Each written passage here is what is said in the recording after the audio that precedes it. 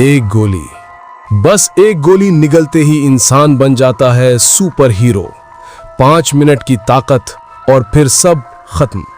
जब लड़ाई हारने लगे, गोली खा लो। जब डर दिखाना हो, गोली खा लो। जब मौका सही लगे, फिर से गोली खा लो। तुमने खाई तो अब मुझे भी खानी पड़ेगी। लेकिन ये गोली किसी लैब की नहीं, एक लड़की के खून से बनी है।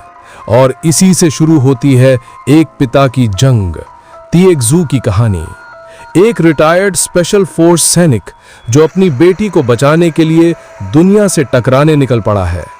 वो पहुंचता है अंडरग्राउंड गैंग के ठिकाने। धमाके, गोलीबारी और खून की बारिश। वो पकड़ता है प्रोडक्ट मैनेजर को और पूछता है, दवा का असली स्रोत कहां है? तभी सामने आता है police officer Shao Shuai.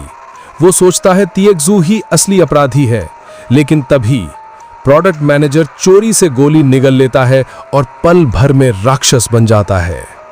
Gas cylinder के धमाके में सब उड़ जाता है।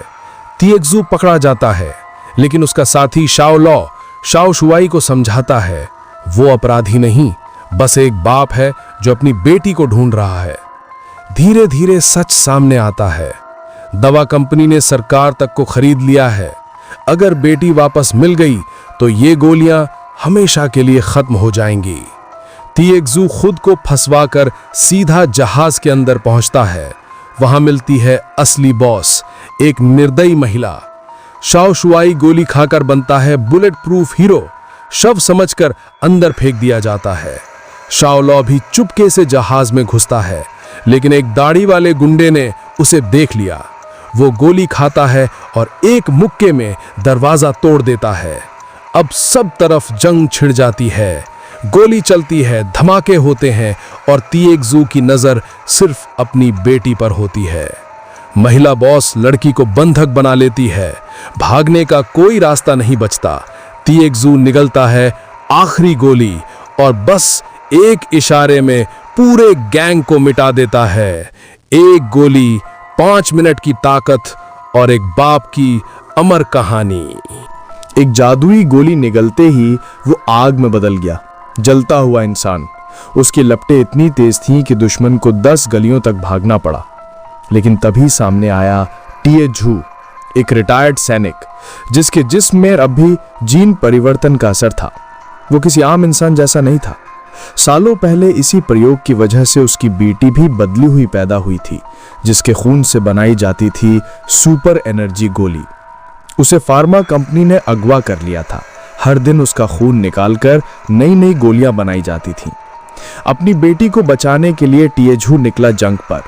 उसने एक दवा तस्कर को पकड़ा, लेकिन गोली खाते ही वह पागल हो गया।